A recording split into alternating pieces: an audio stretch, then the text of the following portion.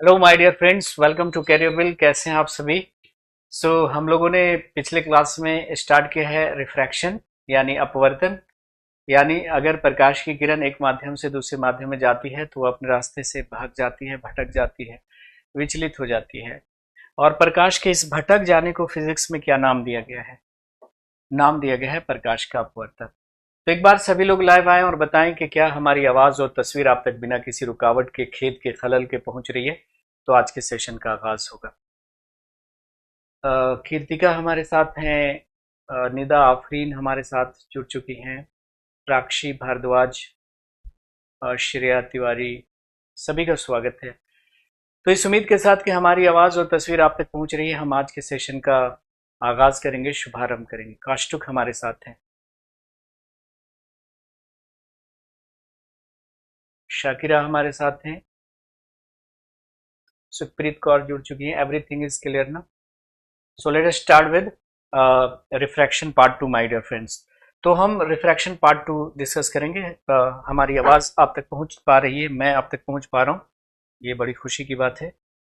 तो पिछली क्लास में हम लोगों ने पढ़ा था कि अगर प्रकाश की जो किरण है वो पिछले क्लास में हमने पढ़ा था कि जो रिफ्रैक्शन से संबंधित घटनाएं हैं वो कुछ यूं हैं कि कोई मछली पानी के अंदर है तो वो अपनी वास्तविक गहराई से कम गहराई पे प्रतीत होती है।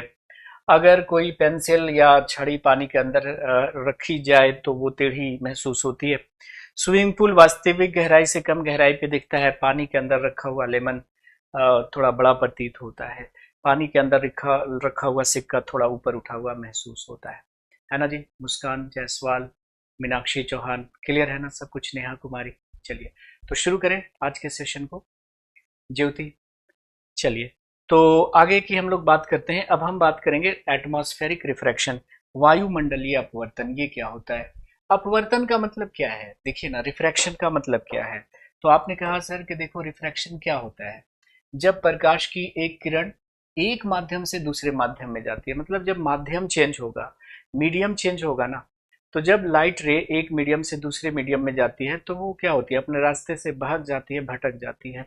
इस भटकाव को क्या नाम दिया गया है? रिफ्रैक्शन नाम दिया गया है। एटमॉस्फेरिक रिफ्रैक्शन का मतलब है कि रिफ्रैक्शन कहाँ से हो रहा होगा? एटमॉस्फेयर से हो रहा होगा, एटमॉस्फेयर से हो रहा होगा। तो वायुमंडल से होने वाला अपवर्तन वायुमंडलीय अपवर्तन कहलाता है। अब आप कहिएगा सर वायुमंडल से अपवर्तन क्यों होता है और कैसे होता है? अपवर्तन तो तब होता है ना जब प्रकाश की किरण एक माध्यम से दूसरे माध्यम में जाती है। तो ये जो लिखा हुआ है ना वो अपने आप समझ में आ जाएगा। पहले मुझे समझा लेने दीजिए कि वायुमंडलीय अपवर्तन होता क्या है, फिर हम उस पे आते हैं। जो लिखा हुआ है ना उसको भी आप लोग नोट कर लीजिएगा।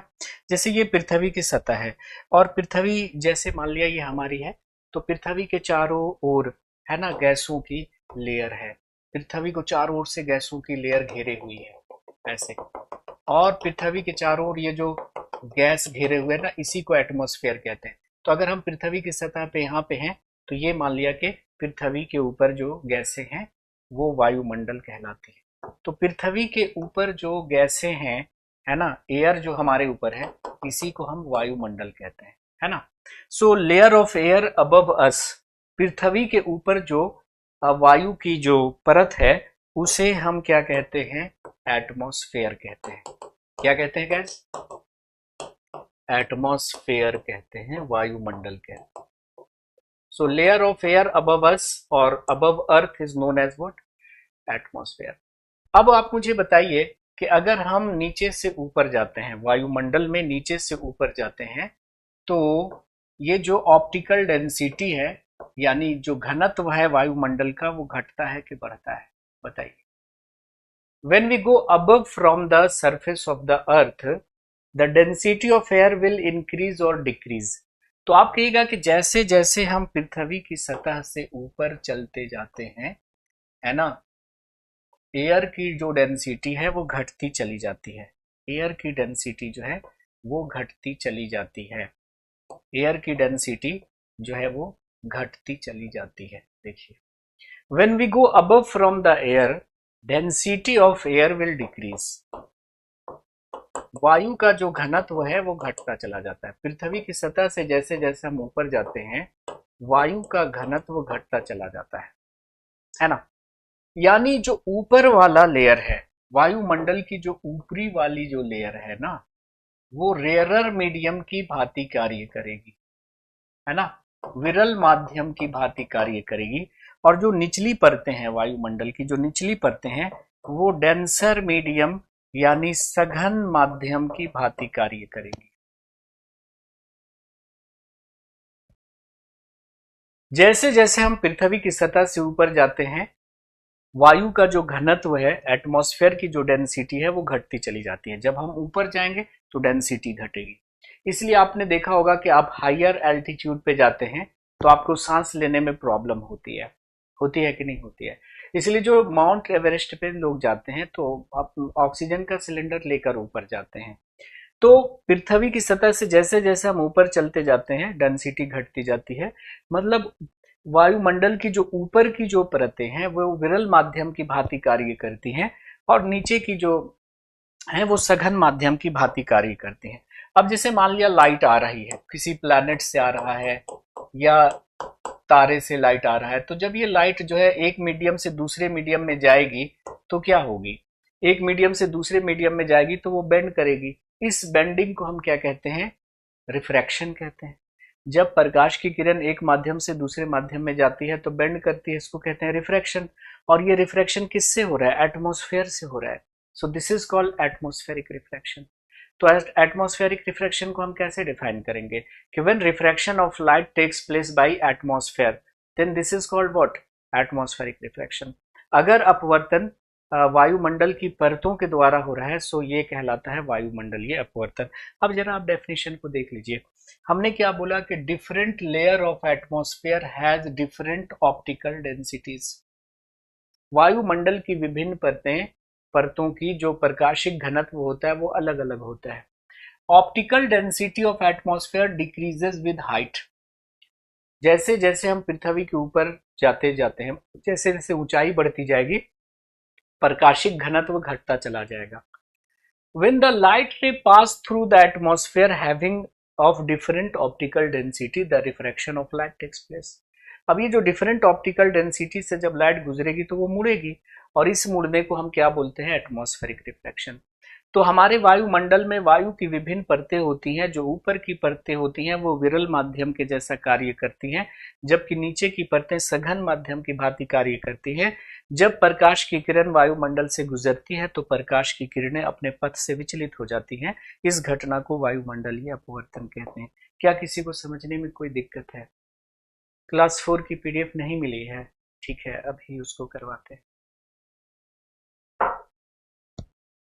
किरण कह रही कि क्लास 4 की पीडीएफ नहीं मिली है। सोना कह रही कि कितना हो गया है, मतलब अभी शुरू हुआ है, ये वायुमंडलीय अपवर्तन भी शुरू किया है। ठीक है, तो पार्ट 2 चल रहा है। किसी को कोई दिक्कत है बताइए? काष्टुक। अब देखिए, इससे ज्यादा इंपॉर्टेंट क्या है कि वायुमंडलीय अपवर्तन से संबंधित जो घटनाएं हैं उसको याद रखना है।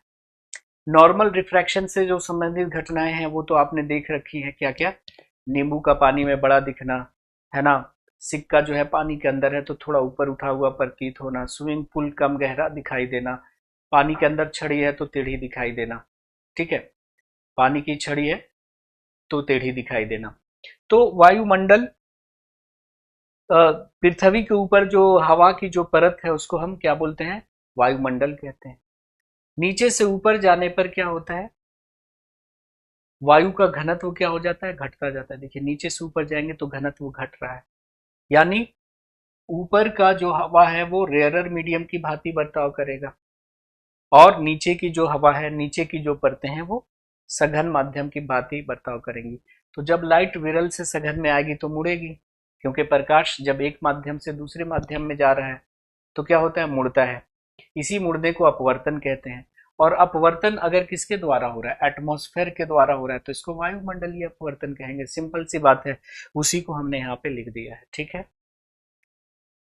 ठीक है विनीत, बता दिया एक बार, और समझ में आई बात? कुंदन ने बता दिया है, ट्विंकलिंग ऑफ स्टार, बिल्कुल। तो वायुमंडलीय अपवर्तन से संबंधित घटनाएं कौन कौन सी हैं? तारे का टिमटिमाना। तो तारे टिमटिमाते हैं अपवर्तन के कारण, वायुमंडलीय अपवर्तन के कारण। परावर्तन के कारण, पूर्ण आंतरिक परावर्तन के कारण। तो उत्तर क्या होगा? जैसे मैं कहूं कि तारे टिमटिमाते हैं, अपवर्तन के कारण, वायुमंडलीय अपवर्तन के कारण। तो बेटर ऑप्शन क्या है? वायुमंडलीय अपवर्तन। लेकिन वायुमंडलीय अपवर्तन ऑप्शन में नहीं है, तो सिर्फ क्या हो जाएगा? अपवर्तन हो जाएगा, है कि नहीं? तो इसको जरा हमें याद रखना है ना? Phenomena due to atmospheric refraction, है ना? वायुमंडलीय अपवर्तन से संबंधित जो घटनाएं हैं उनको जरा हमें याद रख लेना है, और यहाँ पे थोड़ा ध्यान भी देना है। जैसे मैं कहूं कि तारे टिमटिमाते हैं, तारे टिमटिमाते हैं, ऑप्शन मैं देता हूं रिफ्रैक्शन के कारण, अपवर्तन के कारण। दूसरा है एटमॉस्फेरिक रिफ्रैक्शन, वायुमंडलीय अपवर्तन, वायुमंडलीय अपवर्तन। तीसरा है रिफ्लेक्शन, परावर्तन के कारण। चौथा है total internal reflection, TIR, total internal reflection, पूर्ण आंतरिक परावर्तन, पूर्ण आंतरिक परावर्तन। ठीक है, तो आप क्या कहिएगा? Atmospheric refraction. और अगर एटमॉस्फेरिक रिफ्रैक्शन ना हो तो सिर्फ क्या हो जाएगा? रिफ्रैक्शन। लेकिन ऑप्शन में अगर दोनों है, रिफ्रैक्शन और एटमॉस्फेरिक रिफ्रैक्शन दोनों है, we will give priority to which one? We will give priority to as atmospheric refraction. If atmospheric refraction is not in option, then your answer should be which one? Definitely your answer will be a refraction. Okay.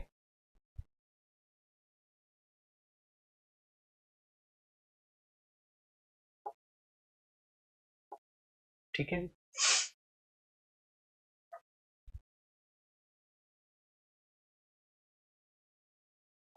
कौन सा जानवर अंधेरे में देख लेता है? कोई भी जानवर हो, जिसकी भी आंखें हैं, उसको देखने के लिए लाइट ही चाहिए ना। जैसे उल्लू वगैरह वो अंधेरे में देख नहीं पाते, वो अल्ट्रासाउंड का यूज करते हैं, मतलब इको लोकेशन के लिए, जिसको हम पढ़ेंगे साउंड वाले चैप्टर, ठीक है, और लाइट वाले चैप्टर। अब मतलब ह्यूमन आई जब पढ़ेंगे वहां पे हम डिस्कस करेंगे, ठीक है, गौर अमन साहब। सो यहाँ पे दूसरा है तारों का अपनी वास्तविक ऊंचाई से अधिक ऊंचाई पे प्रतीत होना। तारे, जैसे क्वेश्चन है कि तारे अपनी वास्तविक ऊंचाई से अधिक ऊंचाई पे प्रतीत होते हैं, किसकी वजह से? तो एटमॉस्फेरिक रिफ्रैक्शन की वजह से। Now advance sunrise and delayed sunset. Advance sunrise का मतलब हुआ कि एडवांस सनराइज मतलब सनराइज से 2 मिनट पहले, सूर्योदय से 2 मिनट पहले आपको सन दिखने लगता है। एंड डिलेड सनसेट, सनसेट के 2 मिनट बाद तक भी आपको सन दिखाई देता रहता है। तो सूर्योदय से 2 मिनट पहले सूर्य दिखने लगा, और सूर्यास्त के 2 मिनट बाद तक भी आपको सूर्य दिखता रह रहा है, किसकी वजह से? ड्यू टू एटमॉस्फेरिक रिफ्रैक्शन, है ना। इसको कहते हैं एडवांस सनराइज, 2 मिनट पहले दिख गया, और डिलेड सनसेट, सूरज डूबने के 2 मिनट बाद तक भी सन दिखता रह गया। तो अगर पूछा जाए कि एडवांस सनराइज और डिलेड सनसेट का कारण है, your answer should be atmospheric refraction. तो सूर्योदय से पहले एवं सूर्यास्त के बाद भी सूरज का दिखाई देना, सूर्योदय से पहले एवं सूर्यास्त के बाद भी सूर्य का दिखाई देना किस फिनोमेना पे आधारित है? वायुमंडलीय अपवर्तन के बाद। यानी वायुमंडलीय अपवर्तन के कारण सूर्योदय से 2 मिनट पहले सूर्य दिखाई देने लगता है, एवं सूर्यास्त के 2 मिनट बाद तक भी सूर्य दिखाई देता रहता है। तो सिंपल सा क्वेश्चन होगा कि advance sunrise and delayed sunset is due to, you will say, atmospheric refraction. तो यहां से क्वेश्चन और बन सकता है कि एटमॉस्फेरिक रिफ्रैक्शन की वजह से दिन की ड्यूरेशन कितने मिनट बढ़ गई? बताइए। गुरमन सिंह, स्वीटी चौबे, मीनाक्षी चौहान,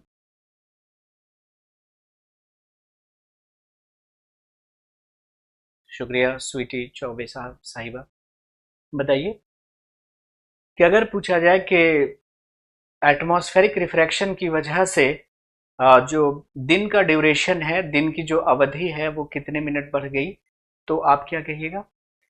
देखिए, सूर्योदय से 2 मिनट पहले, सनराइज से 2 मिनट पहले सन दिखने लगा, और सनसेट के 2 मिनट बाद तक भी सन दिखता रहा, तो 2 + 2 कितना हो गया? 4 हो गया ना। तो ड्यूरेशन पूछ रहा है, दिन की अवधि 4 मिनट क्या हो गई है? बढ़ गई है। दिन की अवधि कितने मिनट बढ़ गई है, 4 मिनट बढ़ गई है। तो due to atmospheric refraction duration of day is increased by, तो यू विल से 4 मिनट, है ना। 2 + 2 कितना हो गया, 4 मिनट। 2 मिनट पहले सन दिखने लगा और 2 मिनट बाद तक दिखता रहा, तो 2 + 2 कितना हो गया, 4। 2 + 2 कितना हो गया, 4 मिनट। तो ड्यूरेशन 4 मिनट बढ़ गया। हाँ, ये अगर आपसे पूछता कि सूर्योदय से कितने मिनट पहले सन दिखने लगता है, तो 2। सूर्यास्त के कितने मिनट बाद तक सन दिखता रहता है, तब होता 2। लेकिन यहाँ पर दिन की ड्यूरेशन के बारे में बात की जा रही है, दिन की अवधि की बात हो रही है, तो वो 4 मिनट बढ़ गई। इस क्वेश्चन को ऐसे भी पूछा जा सकता है कि अगर अगर अगर अचानक जो है एटमॉस्फेयर डिसअपियर हो गया, पृथ्वी से अचानक वायुमंडल गायब हो गया, तो दिन की जो अवधि है, ड्यूरेशन कितने मिनट कम हो जाएगी। इसको ऐसे भी पूछ सकते हैं ना कि यदि पृथ्वी का वायुमंडल अचानक गायब हो जाता है तो दिन की अवधि कितने मिनट कम हो जाएगी। तो एटमॉस्फेरिक रिफ्रैक्शन की वजह से दिन की अवधि 4 मिनट बढ़ गई है, तो अगर एटमॉस्फेयर डिसअपियर हो गया तो 4 मिनट घट जाएगी, 4 मिनट घट जाएगी, है कि नहीं। तो इसका भी उत्तर 4 मिनट ही होगा। बस क्वेश्चन का लैंग्वेज चेंज कर दिया है, ज्यादा कुछ नहीं किया है। ओके, तो हम कहेंगे कि तारे टिमटिमाते हैं, है ना। तारे अपनी वास्तविक ऊंचाई से अधिक ऊंचाई पे प्रतीत होते हैं। Delayed sunrise, advance sunrise and delayed sunset, इन सब की वजह क्या होती है, वायुमंडलीय अपवर्तन होती है। इसको नोट कर लीजिएगा, ठीक है। चलो, अब जरा हम देखेंगे एक और चीज, जिससे हम टोटल इंटरनल रिफ्लेक्शन की थोड़ा बात कर लेते हैं। मुझे लगता है कि यहाँ पे हमें थोड़ा आगे जाना चाहिए, क्योंकि क्वेश्चन यहाँ से हो सकते हैं। तो हम आपको पहले बताने वाले हैं क्रिटिकल एंगल, और फिर बताने वाले हैं पूर्ण आंतरिक परावर्तन। थोड़ा सा हल्का सा आइडिया देता हूं मैं आपको, ज्यादा डीप में नहीं ले जाऊंगा, जितनी जरूरत है आपको। तो सबसे पहले हम बात करने वाले हैं क्रिटिकल एंगल की, क्रांतिक कोण की, और उसके बाद हम बात करेंगे पूर्ण आंतरिक परावर्तन, that is total internal reflection. ये क्या होता है जरा उस पर बात करेंगे, ठीक है। टोटल इंटरनल रिफ्लेक्शन, जिसको शॉर्ट में हम क्या लिखते हैं, TIR, पूर्ण आंतरिक परावर्तन। पहले इसको समझा देता हूं, मैं इस स्लाइड पे वापस आऊंगा, लिखने का टाइम दूंगा। पहले इसको समझ लीजिए कि ये क्रिटिकल एंगल क्या होती है। क्रिटिकल एंगल क्या होती है, जैसे देखिए, ये मान लिया कि कोई ग्लास स्लैब है ना, कांच का की पट्टी है, ये कोई ग्लास स्लैब है, ठीक है। तो ये कोई कांच की पट्टी है। आपने पढ़ा होगा पिछले क्लासेस में आपने पढ़ा होगा कि अगर कोई प्रकाश की किरण रेयरर से डेंसर में आती है तो नॉर्मल की तरफ आती है ना, अभिलंब की ओर झुकती है। लेकिन अगर कोई प्रकाश की किरण सघन से विरल में जाती है, डेंसर से रेयरर में जाती है, तो ये नॉर्मल से ऐसे दूर भागती है ना। तो यहां पे ये देखिए, ये हुआ I और ये हुआ आपका R। लेकिन इधर से अब प्रकाश की किरण जा रही है, तो ये आपतित किरण और ये नॉर्मल, ये हुआ I और ये वाला एंगल क्या होगा, R। होगा कि नहीं होगा। और तीसरी बात आपने कही थी कि अगर कोई प्रकाश की किरण नॉर्मली इंसिडेंट होती है तो वो सीधे निकल जाती है। When a light ray incident normally on a glass slab, it goes straight, it will go straight, है ना, सीधी निकल जाएगी। अगर कोई प्रकाश की किरण लंबवत आपतित होती है तो सीधे निकलती है, उसका रिफ्रैक्शन नहीं होता, है ना। तो अगर प्रकाश की किरण जो है वो रेयरर से डेंसर में आएगी तो नॉर्मल की तरफ आएगी, लेकिन डेंसर से रेयरर में जा रही है तो नॉर्मल से दूर भागेगी, क्योंकि स्पीड बढ़ जाएगी। तो सपोज करें आपके, ये मान लिया कि हमारा ये एक कांच का टुकड़ा है, तो ये है आपका ग्लास, मतलब कांच, और ये कांच हवा में रखा हुआ है, तो इधर एयर है। तो ग्लास जो है वो डेंसर हुआ, सघन माध्यम हुआ, और इसके रिस्पेक्ट में वायु जो है वो रेयरर हुआ, विरल माध्यम हुआ। अब प्रकाश की किरण किधर से किधर जा रही है, सघन से विरल में जा रही है, सघन से विरल में जा रही है ऐसे, तो क्या होगा, नॉर्मल से ऐसे दूर भागेगा, ये नॉर्मल से दूर भागेगी, भागेगी कि नहीं भागेगी। तो ये हुआ हमारा I और ये हमारा हो गया R। अब हम I को बढ़ाते जाए तो R बढ़ता चला जाएगा, आई को बढ़ाते जाए तो हमारा आर बढ़ता चला जाएगा, आई को बढ़ाते जाए तो हमारा आर बढ़ता चला जाएगा। देखिए ये आई थोड़ा सा बढ़ा दिया तो ये आर और बढ़ जाएगा, है ना। ये हमने आई को बढ़ा दिया तो आर बढ़ता चला जाएगा, आई बढ़ाते जाइए आर बढ़ता जाएगा, बढ़ता जाएगा, बढ़ता जाएगा, बढ़ता जाएगा। एक ऐसी सिचुएशन आएगी कि एक फिक्स्ड एंगल पे, आई के एक फिक्स्ड एंगल पे ये जो है आपका ग्लास की सरफेस को ऐसे चूमता हुआ निकल जाएगा। ये आई है, ये आर है ना।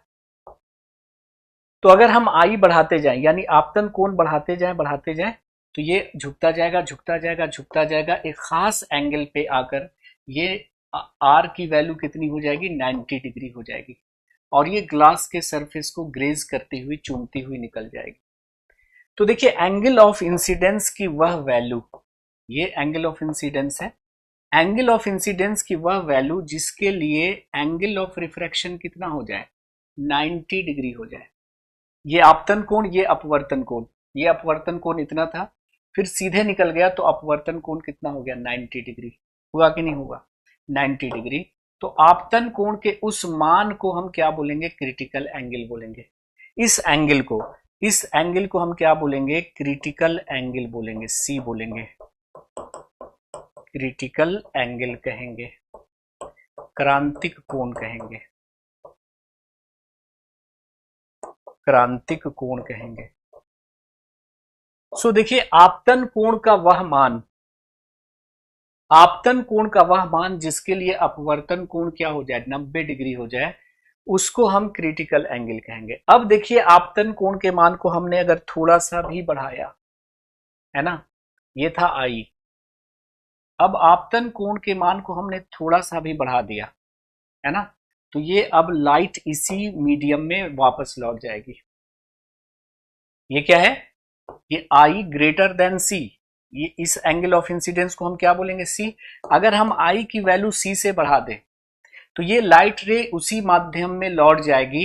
इसी घटना को हम टी आई आर कहेंगे, इसी घटना को पूर्ण आंतरिक परावर्तन कहेंगे। क्या कहेंगे, पूर्ण आंतरिक परावर्तन कहेंगे, है ना। क्या कहेंगे, पूर्ण आंतरिक परावर्तन कहेंगे। एक बार फिर से इसको समझिए आप। जैसे हमने ये कांच की पट्टी ली, ये कांच की पट्टी है, अब यहाँ पे हमने नॉर्मल डाला, ये हुआ डेंसर और ये हुआ रेयरर मीडियम। अब प्रकाश की किरण कहाँ से जा रही है, डेंसर से रेयरर मीडियम में जा रही है, तो नॉर्मल से दूर भागेगी, ऐसे देखिए भाग गई। तो ये हुआ हमारा क्या, इस एंगल को हम क्या बोलेंगे, आई कहेंगे और इस एंगल को हम आर कहेंगे। अब हम आई की वैल्यू को बढ़ाते जा रहे हैं, देखो आई की वैल्यू को बढ़ाते जा रहे हैं तो आर क्या होता जाएगा, बढ़ता जाएगा, बढ़ता जाएगा। हम बढ़ाते जा रहे हैं, बढ़ाते जा रहे हैं, आर हमारा बढ़ता चला जा रहा है, आर हमारा बढ़ता चला जा रहा है। देखिए अब आई की एक ऐसी वैल्यू आएगी कि आर आपका 90 डिग्री हो जाएगा। देखो ऐसे ये बढ़ता जा रहा है, बढ़ता जा रहा है। तो आई की वह वैल्यू है ना जिसके लिए आर कितना हो जाए, 90 डिग्री हो जाए, इस एंगल को हम क्या बोलते हैं, क्रिटिकल एंगल। तो आपतन कोण का वह मान जिसके लिए अपवर्तन कोण कितना हो जाए, 90 डिग्री, ये कहलाता है क्रिटिकल एंगल। अब हमने एंगल ऑफ इंसिडेंस की वैल्यू को थोड़ा सा भी बढ़ा दिया, एंगल ऑफ इंसिडेंस की वैल्यू को हमने अगर थोड़ा सा भी बढ़ा दिया तो अब ये लाइट रे इसी मीडियम में निकल जाएगी। इस घटना को हम टी आई आर कहेंगे। क्या कहेंगे, टी आई आर कहेंगे। इसी बात को देखो हमने यहाँ पे पहले लिख दिया है ना। सबसे पहले देखिए क्रिटिकल एंगल को डिफाइन करें। क्रिटिकल एंगल क्या है कि सघन माध्यम में आपतन कोण का वह मान, है ना, आपतन कोण का वह मान जिसके लिए अपवर्तन कोण 90 डिग्री हो जाए। आपतन कोण का वह मान जिसके लिए अपवर्तन कोण कितना हो जाए, 90 डिग्री, उस एंगल को हम क्या बोलेंगे, क्रिटिकल एंगल, है ना। यानी जिस एंगल ऑफ इंसिडेंस पे आर कितना हो जाए, 90 डिग्री, उसको हम क्या बोलेंगे, क्रिटिकल एंगल कहेंगे। तो सघन माध्यम में आपतन कोण का वह मान सघन माध्यम में आपतन कोण का वह मान जिसके लिए विरल माध्यम में अपवर्तन कोण 90 डिग्री हो जाए क्रांतिक कोण कहलाता है। So the value of angle of incidence for which angle of refraction is 90 degree is known as critical angle, है ना। तो the angle of incidence in denser medium for which angle of refraction in rarer medium is 90 degrees or is called critical angle। अब हमने अगर angle of incidence की value को थोड़ा सा भी बढ़ाया तो अब ये लाइट रे इसी मीडियम में लौट जाएगी, इसी घटना को TIR कहेंगे।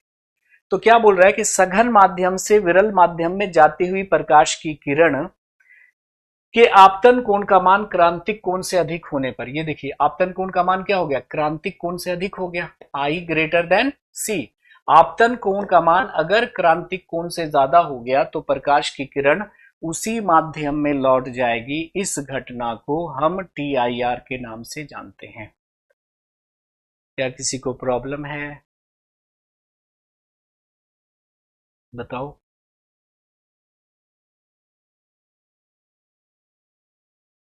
एक बार पढ़ो आराम से, ठंडे दिमाग से, फिर भी ना समझ में आए तो दोबारा पूछ लेना, हम फिर से बताएंगे।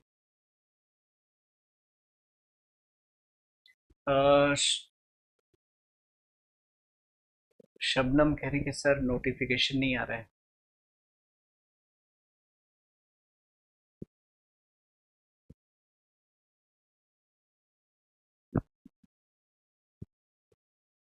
सिर्फ रेयरर से डेंसर नहीं हिमांशु, मतलब रिफ्रैक्शन में हम बोलेंगे तो रिफ्रैक्शन में क्या चेंज हो रहा है बताओ। रिफ्रैक्शन का मतलब क्या है कि लाइट रे एक मीडियम से दूसरे मीडियम में जा रही है ना। लाइट रे एक मीडियम से दूसरे मीडियम में जा रही है तो वेलोसिटी चेंज हो रहा है। वेलोसिटी चेंज हो रहा है तो क्या चेंज होगा, वेवलेंथ चेंज होगा, लेकिन फ्रीक्वेंसी चेंज नहीं होगी। फ्रीक्वेंसी चेंज नहीं होगी। जैसे आप ये वाला क्वेश्चन पूछ रहे हैं, ये क्वेश्चन देखो कि अगर हम बात करें, ये क्वेश्चन ये पूछ रहे हैं ना कि which of the physical quantity remain same during refraction. Refraction में क्या सेम रहेगा, मतलब क्या कांस्टेंट रहेगा, ये पूछ रहे हैं ना। बताइए क्या कांस्टेंट रहेगा। तो देखो वेलोसिटी चेंज होगी तो क्या होगा, वेवलेंथ चेंज होगा, तरंग दैर्घ्य चेंज होगा, लेकिन क्या नहीं चेंज होगा, तो फ्रीक्वेंसी चेंज नहीं होगी। फ्रीक्वेंसी चेंज नहीं होगी। ठीक है शबनम, बात आ रही है समझ में। तो जब वेलोसिटी चेंज होगी तो वेवलेंथ चेंज होगा ना, और वे क्या कांस्टेंट रहेगा, तो फ्रीक्वेंसी कांस्टेंट रहेगी। फ्रीक्वेंसी कांस्टेंट रहेगी। तो इसको याद कर लीजिएगा कि अपवर्तन में प्रकाश का तरंग दैर्घ्य वो प्रकाश का वेग बदलता है, क्या नहीं बदलती, आवृत्ति नहीं बदलती। तो इतना डीप में आपसे क्वेश्चन नहीं पूछेगा, है ना। ये टीजीटी लेवल का मतलब सवाल हो गया। टीजीटी में इस तरह के क्वेश्चन पूछेंगे, आपसे नहीं पूछा जाएगा। एंगल हम बढ़ाते जाएं, जैसे जैसे एंगल बढ़ेगा बढ़ेगा बढ़ेगा फिर अंदर जाएगा, है ना। यही होता है ना हीरे में। हीरे को इस तरह से काटा जाता है कि उसमें जब प्रकाश जाता है ना तो वो क्रिटिकल एंगल से ज्यादा एंगल पे गिरता है, जिसकी वजह से उसी के अंदर घूमती रहती है प्रकाश। ठीक, चलिए तो हम बात कर रहे थे, ये समझ में आया सबको, क्रिटिकल एंगल क्या होता है और TIR क्या होता है, या किसी को अभी भी प्रॉब्लम है? किसी को अभी भी प्रॉब्लम है बताओ। तो सघन माध्यम से विरल माध्यम में जाती हुई प्रकाश की किरण का आपतन कोण का मान अगर क्रांतिक कोण से अधिक हुआ तो ये किरणें वापस उसी माध्यम में लौट जाएंगी, है ना। सी पे तो ऐसे निकल जाएंगी। सी का मतलब angle of refraction, angle of incidence की वह वैल्यू जिसके लिए एंगल ऑफ रिफ्रैक्शन कितना है 90 डिग्री, उसको सी बोलेंगे। अब आपतन कोण का मान हम सी से बढ़ा दें तो ये लाइट फिर इसी मीडियम में लौट जाएगी। इसी घटना को हम कहते हैं पूर्ण आंतरिक परावर्तन। तो अगर मैं आपसे पूछूं कि पूर्ण आंतरिक परावर्तन के लिए शर्तें क्या क्या हैं, तो पहली शर्त है कि लाइट को डेंसर से रेयरर में जाना चाहिए, ये पहली शर्त हो गई। प्रकाश को सघन से विरल माध्यम में जाना होगा तभी होगा। और दूसरा क्या होगा, आपतन कोण का मान किससे बड़ा होना चाहिए, क्रांतिक कोण से बड़ा होना चाहिए। क्रांतिक कोण क्या है? आपतन कोण का वह मान जिसके लिए अपवर्तन कोण 90 डिग्री हो जाए वो है क्रांतिक कोण। आपतन कोण का मान क्रांतिक कोण से अधिक होगा तभी लाइट वापस लौटेगी। देखो फिर से बतला रहा हूं एक बार। जैसे ये देखो, प्रकाश की किरण सघन से विरल में जा रही है, नॉर्मल से दूर भागेगी। सघन से विरल में जा रही है, नॉर्मल से दूर भागेगी।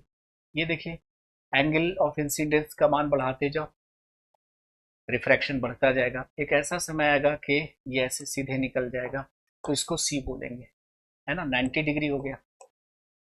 एंगल ऑफ इंसिडेंस किसके बराबर हो गया? सी के बराबर। अब हमने एंगल ऑफ इंसिडेंस की वैल्यू बढ़ाई, तो अब तो इधर ही जाएगी ना।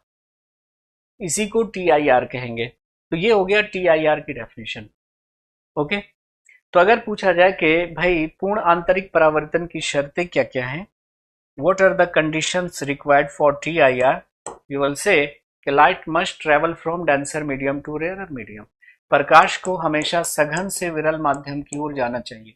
और दूसरा, I must be greater than C, आपतन कोण का मान क्रांतिक कोण से अधिक होना चाहिए। नोट कर लीजिए इसको, ठीक है। तो अब प्रकाश के अपवर्तन में क्या चेंज नहीं करता? फ्रीक्वेंसी चेंज नहीं करती। फ्रीक्वेंसी क्या होती है? ये हम पढ़ेंगे कहाँ पे? साउंड वाले टॉपिक में। फ्रीक्वेंसी क्या होती है, वेवलेंथ क्या होता है, एम्पलीट्यूड क्या होता है, इनमें रिलेशंस क्या होते हैं, ठीक। रिफ्लेक्टेड रे 90 डिग्री है तो एंगल ऑफ इंसिडेंस को क्या नाम दे दिया गया है? Critical angle. तो पूर्ण आंतरिक परावर्तन की शर्तें क्या है? प्रकाश को सघन से विरल माध्यम की ओर जाना चाहिए और आपतन कोण का मान क्रांतिक कोण से अधिक होना चाहिए, ठीक है। नोट हो गया। So light must travel from denser to rarer medium and the value of angle of incidence must be greater than, or you can say should be greater than the critical angle. कोई शक, कोई दिक्कत है? अब इससे संबंधित घटनाओं के बारे में जरा आपको जानना चाहिए। आप मुझे बताइए कि कौन कौन सी घटनाएं टी आई आर पे मतलब निर्भर करती हैं, या टी आई आर से हम उसको एक्सप्लेन कर सकते हैं। तो आप कहिएगा सर, एक तो हीरे की जो चमक होती है वो टी आई आर के कारण होती है। हीरा जो है वो तराशे जाने से पहले एक पत्थर होता है। हीरा तराशे जाने से पहले क्या होता है? एक पत्थर होता है। उसको वो कारीगर होते हैं जो इस तरह से तराशते हैं कि उस पर लाइट पड़ती है ना, तो क्रिटिकल एंगल से ज्यादा होता है उसका एंगल ऑफ इंसिडेंस। और वो जब लाइट हीरे के अंदर जाती है तो बाहर नहीं निकल पाती, उसी में घूमती रहती है। इसलिए हीरे की जो चमक होती है वो मेटालिक लश्चर नहीं होता है, वो है टी आई आर के कारण। टी आई आर के कारण। तो हीरा को हीरा बनाता है कारीगर, तराशे जाने से पहले तो वो एक पत्थर होता है। यही काम होता है एक शिक्षक का। शिक्षक का काम क्या होता है कि आपके सामने कोई भी स्टूडेंट आए, उसे तराश कर आप हीरा बना दो। एक पत्थर की भी तकदीर बदल सकती है, एक पत्थर की भी तकदीर बदल सकती है, शर्त यह है कि करीने से तराशा जाए। शर्त यह है कि करीने से तराशा जाए। तो अगर एक पत्थर को हम करीने से तराश दें, सलीके से तराश दें, ढंग से तराश दें, तो वो हीरा बन जाता है। तो यही काम एक शिक्षक का होता है। एक अच्छा शिक्षक जो है ना, इस अंदाज में अपने स्टूडेंट्स को शेप करता है ना, वो हीरे की तरह चमक जाता है। इससे संबंधित घटनाओं पे जरा एक नजर डालिएगा। यहाँ से क्वेश्चन, जैसे मैं कहूँ कि पूर्ण आंतरिक परावर्तन होगा जब प्रकाश की किरण जाएगी। बताइए, प्रकाश की किरण जाएगी किधर से किधर, तो पूर्ण आंतरिक परावर्तन होगा। तो पूर्ण आंतरिक परावर्तन की पहली शर्त है कि light must be travel from denser to rarer medium, and the second is the angle of incidence must be greater than the critical angle. तो देखो, एयर और वाटर, एयर से तो रेयरर कोई है नहीं, तो ये हो गया आपका रेयरर और ये हो गया डेंसर। अच्छा, वाटर और ग्लास में कौन हो गया? वाटर और ग्लास में वाटर रेयरर हो जाएगा, ग्लास डेंसर हो जाएगा। लेकिन ग्लास और डायमंड में ग्लास रेयरर हो जाएगा और डायमंड डेंसर हो जाएगा। लेकिन यहाँ पे चौथा ऑप्शन, डायमंड क्या है? डेंसर, और ग्लास क्या है? Rarer. So D will be the right option. बताइए। फ्रीक्वेंसी वाला क्वेश्चन, अच्छा अभी दिखाता हूँ, इसको पहले नोट कर लीजिए। जैसे क्वेश्चन है कि पूर्ण आंतरिक परावर्तन होगा जब प्रकाश की किरण जाएगी हवा से पानी में, पानी से कांच में, कांच से हीरे में, हीरे से कांच में, ठीक है। तो आप कहेगा कि हीरे से कांच में, हीरे से कांच में। डेंसर से रेयरर में जाएगा ना, तभी होगा। एयर का रिफ्रैक्टिव इंडेक्स हम 1 मानते हैं, वाटर का कितना होता है 1.3, ग्लास का होता है 1.5, डायमंड का होता है 2.4। तो यहाँ पर सबसे ज्यादा डेंसर जो है वो डायमंड है। ओके, नो तो फ्रीक्वेंसी वाला, फ्रीक्वेंसी वाला आपके लेवल का क्वेश्चन नहीं है ये। जैसा कि मैंने आपसे कहा कि वो आएगा कहाँ पे, वो आएगा आपका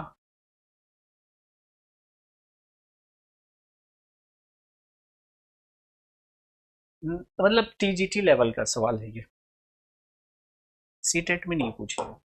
अगर पूछता है तो समझ लीजिए कि ये आप पे जुल्म कर रहा है। प्रकाश के अपवर्तन में कौन सी भौतिक राशि नियत रहती है? और आंसर शुड बी फ्रीक्वेंसी।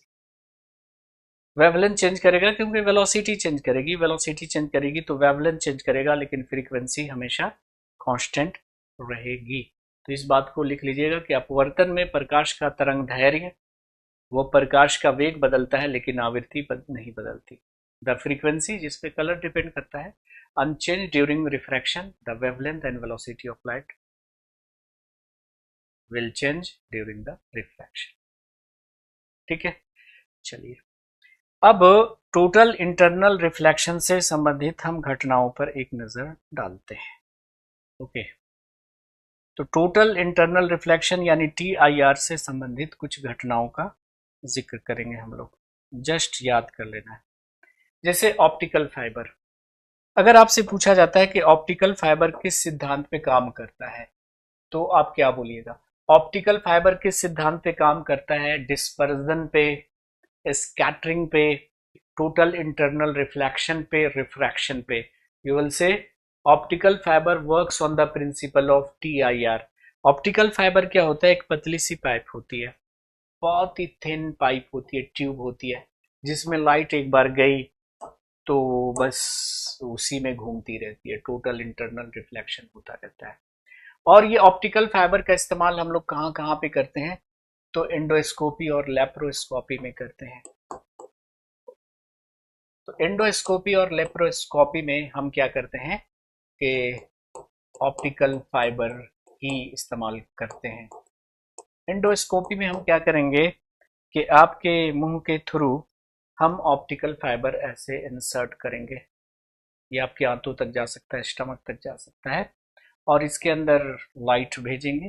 तो इस लाइट से क्या होगा? आपके इंटरनल ऑर्गन प्रकाशित होंगे और उसकी इमेज आपको कहाँ दिखेगी? स्क्रीन पे दिखेगी। तो ये देखिए स्टमक में अल्सर को बतला रहा है, ये आपके स्मॉल इंटेस्टाइन में अल्सर को बतला रहा है कि कहीं आपके मतलब पैप्टिक अल्सर हो गया है या इंटेस्टाइनल अल्सर हो गया है, तो वो आपको दिखेगा वहां पे स्क्रीन पे। तो एंडोस्कोपी और लेप्रोस्कोपी में हम क्या करते हैं कि ऑप्टिकल फाइबर को आपके मुंह के थ्रू आंतों तक पहुंचाते हैं और इंटरनल ऑर्गन को हम स्क्रीन पे देखते हैं, तो ये एंडोस्कोपी होती है। तो एंडोस्कोपी और लेप्रोस्कोपी में हम किसका इस्तेमाल करते हैं? ऑप्टिकल फाइबर का। और ऑप्टिकल फाइबर किस सिद्धांत पे काम करता है? TIR पे। टेलीकम्युनिकेशन में आपने देखा होगा कि जो टेलीकम्युनिकेशन है, दूर संचार है, उसमें भी ऑप्टिकल फाइबर का इस्तेमाल करते हैं। आप जानते हैं कि जियो का जो नेटवर्क है वो ऑप्टिकल फाइबर नेटवर्क है। उसके बाद हवा के बुलबुले की जो चमक होती है ना, वो TIR के कारण होती है। डायमंड जो चमकता है वो TIR के कारण होता है। तो हीरे की जो चमक का कारण क्या होता है? TIR होता है। हीरे की जो चमक का कारण होता है वो आपका TIR होता है। उसी तरह से जो मिराज बनते हैं मरुस्थलों में, मिराज जिसको हम मृग मरीचिका या मृग तृष्णा के नाम से जानते हैं, मृग तृष्णा के नाम से जानते हैं, ये भी TIR के कारण होते हैं। ये मिराज क्या होते हैं कि गर्मियों के मौसम में आप देखिएगा कि दूर कहीं सड़क पर आपको पानी पानी सा लगेगा, भीगा भीगा सा लगेगा, या आप डेजर्ट में जाते हैं तो आपसे कहीं दूर पानी का आभास होगा। तो ये जो मिराज होता है ये ऑप्टिकल इल्यूजन होता है, एक प्रकाशिक भ्रम होता है, जिसमें आपको सामने पानी दिखेगा, आप वहां पे जाइएगा तो और दूर दिखेगा, वहां तो और दूर दिखेगा। तो मृग जो है वो पानी की तलाश में बेचारे इधर उधर भटकते रहते हैं, इसलिए इसको मृग तृष्णा या मृग मरीचिका कहते हैं।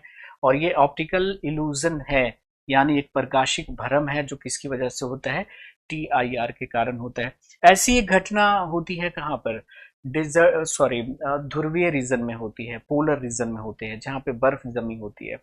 तो बर्फ जमी होने के कारण जो है TIR होता है। और उसमें क्या होगा, ये तो हो गया आपका मिराज, जिसमें आपको दूर कहीं पानी दिखेगा, सड़क भीगी भीगी सी दिखाई देगी, मृग मरीचिका इसको बोलते हैं।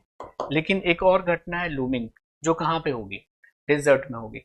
जैसे देखिए ये बर्फ जमी हुई है, तो ये बर्फ के कांटेक्ट में जो एयर है, बताओ कैसा बिहेव करेगा, डेंसर मीडियम है ना, घना होगा ना। यहाँ पे हवा ठंडी है, बर्फ के नजदीक निकट जो कांटेक्ट में, ये डेंसर। ऊपर वाली जो हवा है वो रेयर मीडियम की तरह बर्ताव करेगी, जिसकी वजह से लाइट जाएगी तो बेंड करके इसकी आंखों तक जाएगी। यहाँ पे आदमी है, तो ये जो बेंडिंग होगी लाइट की, जिसकी वजह से इसका जो इमेज है ना वो यहाँ पे बनेगा। आपको लगेगी कि शिप जो है वो हवा में तैर रही है, ये flying magical ship, this is your looming. तो चाहे मरुस्थलों में मृग मरीचिका का बनना है, या जो ध्रुवीय क्षेत्र हैं जिसमें लूमिंग की घटना हो रही है, ये सब TIR की वजह से होती है। तो इसको आप याद कर लो बस, है ना। ये थोड़ा सा हम आउट ऑफ सिलेबस जा रहे हैं, क्योंकि मुझे डर है कि यहाँ से क्वेश्चन आपको 10th और 11th लेवल तक ले जा सकता है। जो TGT की तैयारी करते हैं वो पूरा देख लीजिएगा, ठीक है।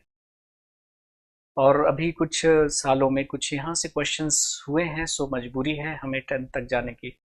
तो सिंपल याद रखना है कि ऑप्टिकल फाइबर किस सिद्धांत पे काम करते हैं, TIR पे। और ऑप्टिकल फाइबर का इस्तेमाल हम लोग कहाँ करते हैं, एंडोस्कोपी में और लेप्रोस्कोपी में। ऑप्टिकल फाइबर टेलीकम्युनिकेशन में, जैसे आपका जियो का ऑप्टिकल नेटवर्क है। हवा के बुलबुले की चमक होती है TIR के कारण, डायमंड चमकते हैं TIR के कारण। मरुस्थल में मृग मरीचिका बनती है TIR के कारण। ध्रुवीय क्षेत्रों में लूमिंग का बनना होता है TIR के कारण। ये इतना बस आपको देख लेना है, ज्यादा कुछ नहीं करना।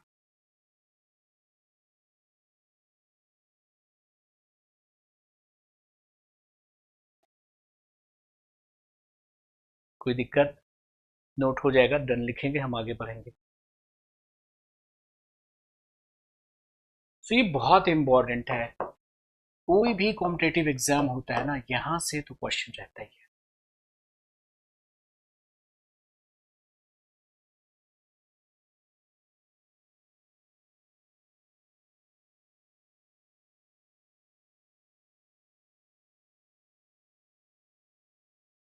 हो गया 9। अब हम देखेंगे refraction through lenses. Refraction through lenses, lens के द्वारा अपवर्तन माय डियर फ्रेंड्स। तो देखो मिरर के द्वारा क्या होता है, आपने मिरर पढ़ रखा है ना, दर्पण। जो लोग नए हैं वो पिछला लेक्चर जरूर देख लीजिएगा। मिरर के द्वारा क्या होता है, रिफ्लेक्शन होता है, परावर्तन होता है। और लेंसेज के द्वारा क्या होता है, रिफ्रैक्शन होगा। जो लेंस होते हैं, लेंस के द्वारा क्या होता है, रिफ्रैक्शन होता है। होगा कि अपवर्तन होता है। अब आप जानते हैं कि लेंसेज दो तरह के होते हैं। लेंसेज क्या होते हैं, दो तरह के होते हैं। एक होता है कॉन्वेक्स, जिसको कन्वर्जिंग कहते हैं, और दूसरा होता है कॉनकेव, जिसको डाइवर्जिंग करते हैं। उल्टा हो जाएगा मिरर का। मिरर में कॉनकेव को कन्वर्जिंग, कॉन्वेक्स को डाइवर्जिंग कह रहे थे, यहां पे जस्ट उल्टा हो जाएगा। कॉन्वेक्स लेंस को कन्वर्जिंग बोलेंगे और कॉनकेव लेंस को डाइवर्जिंग कहेंगे। क्यों कहेंगे ऐसा, उत्तल लेंस को अभिसारी और अवतल को अपसारी क्यों कहेंगे, है ना। इसका जिक्र हम लोगों ने पहले भी किया है, दर्पण में भी किया है, यहां पे भी करते हैं। लेकिन सबसे पहले हम आपको ये बताना चाहेंगे कि कॉनकेव और कॉन्वेक्स लेंस में क्या फर्क होता है और उनका शेप कैसा होता है। तो आपने कहा कि सर जो लेंसेस होते हैं, लेंसेस जो होते हैं वो दो तरह के होते हैं। Lenses are of two types. Lenses जो होते हैं वो दो तरह के होते हैं। एक होता है आपका कॉन्वेक्स, कॉन्वेक्स लेंस उत्तल लेंस, और दूसरा आप जान ही रहे कॉनकेव अवतल लेंस। देखिए उत्तल लेंस वैसा लेंस होता है जो कि एजेस पे थिन होगा, किनारों पे क्या होगा, थिन होगा, पतला होगा। एजेस पे थिन होगा, किनारों पे पतला होगा, और मिडिल में क्या होगा, थिक होगा, मोटा होगा। तो वो लेंसेज जो एजेस पे थिन, किनारों पे थिन और मिडिल में थिक होगा वो कॉन्वेक्स होगा। लेकिन वो लेंस जो एजेस पे क्या होगा, थिक होगा, मतलब किनारों पे कैसा होगा, थिक होगा, किनारों पे कैसा होगा, थिक होगा, मोटा होगा, किनारों पे क्या होगा, थिक होगा, एजेस पे थिक होगा, और मिडिल में थिन होगा, मिडिल में पतला होगा। ये तो डेफिनेशन हो गई। तो एजेस पे क्या है, थिन है, और मिडिल में थिक है। एजेस पे थिन है, किनारों पे पतला है, मध्य में मोटा है, वो कहलाएगा कॉन्वेक्स। लेकिन किनारों पे जो मोटा है और बीच में जो पतला है वो कॉनकेव हो गया। अब इसको कन्वर्जिंग और इसको डाइवर्जिंग क्यों कहते हैं? देखो कॉन्वेक्स को आपने क्या बोला कि कॉन्वेक्स को हम कहते हैं कन्वर्जिंग, अभिसारी, और इसको बोलते हैं डाइवर्जिंग, अपसारी। क्यों? तो कॉनकेव लेंस को डाइवर्जिंग लेंस कहते हैं, कॉन्वेक्स लेंस को कन्वर्जिंग लेंस कहते हैं। वजह जानते हैं हम लोग, है ना। जैसे सपोज करें आप कि ये आपका कॉन्वेक्स लेंस है, अगर हम इस पर प्रकाश की किरण डालेंगे तो ये प्रकाश की किरण जो है इससे गुजरेगी और ये जो है एक जगह पे ला देगी, प्रकाश की किरण को इकट्ठा करेगी, कन्वर्ज कर रही है। लेकिन वहीं पे आपका डाइवर्जिंग है, इस पर अगर आप प्रकाश की किरण डालो तो ये क्या करेगा, लाइट को दूर दूर करेगा, दूर दूर करेगा। तो इसको क्या बोलेंगे, डाइवर्जिंग कहेंगे, है ना। ये देखिए एक टेबल पे लाने वाली बहू और ये जो है और दूर दूर कर देने वाली बहू, याद क्या है, याद है। तो ये जो आपका कॉन्वेक्स है वो लाइट को क्या करती है, इकट्ठा करती है। कॉन्वेक्स लोगों को इकट्ठा करती है एक टेबल पे, है ना। लोगों में झगड़ा था, लड़ाई था, इस बहू के आने से सब एक टेबल पे आ गए। तो ये जो उत्तल आपका है ना, उत्तल, ये प्रकाश को इकट्ठा करता है, लोगों को एक टेबल पे ला रही है बहू, तो ये कहलाएगी कन्वर्जिंग, अभिसारी। लेकिन ये लोगों में ना इत्तेफाकी है, सब अपने अपने रूम में खा रहे थे, हो सकता था कि भविष्य में कभी एक टेबल पे आ जाते, लेकिन इसके आने से और दूरियां बढ़ गई। आपको पता है कि डाइवर्जिंग रेज कभी आपस में नहीं मिलती, तो अब जमाने गुजर जाएंगे, मुद्दत हो जाएगी, लेकिन ये रेज कभी आपस में मिलने वाले नहीं है, एक टेबल पे कभी आने वाले नहीं है। सो ये आपका जो कॉनकेव है, अवतल लेंस है, ये क्या करता है, और दूर करता है, दूर करता है मतलब डाइवर्ज कर रहा है, डाइवर्जिंग, अपसारी लेंस कहते हैं, ठीक है, अपसारी लेंस कहते हैं। नेक्स्ट क्लास में हम देखेंगे लेंस से संबंधित कुछ टर्म के, ऑप्टिकल सेंटर क्या होता है, प्रिंसिपल एक्सिस क्या होता है, मुख्य फोकस क्या होता है, फोकल लेंथ क्या होता है। उसके बाद अवतल लेंस से बनने वाले प्रतिबिंबों का जिक्र करेंगे, उत्तल लेंस से बनने वाले प्रतिबिंबों का जिक्र करेंगे। उसके बाद हम चलेंगे ह्यूमन आई के स्ट्रक्चर पे, मानव नेत्र की संरचना पे। और आपने देखा होगा प्रीवियस ईयर्स में कुछ दृष्टि दोष से क्वेश्चन है कि मायोपिया क्या होता है, हाइपरमेट्रोपिया क्या होता है, कैटरेक्ट क्या होता है, ब्रेल सिस्टम क्या होता है ना, और अलग अलग जंतुओं की जो आंखें होती हैं वो कैसी होती हैं, है ना। तो उन सभी चीज़ों का जिक्र करेंगे। आज वक्त इजाज़त नहीं दे रहा है कि इससे आगे की हम लोग बात करें, और किसी का अगर कोई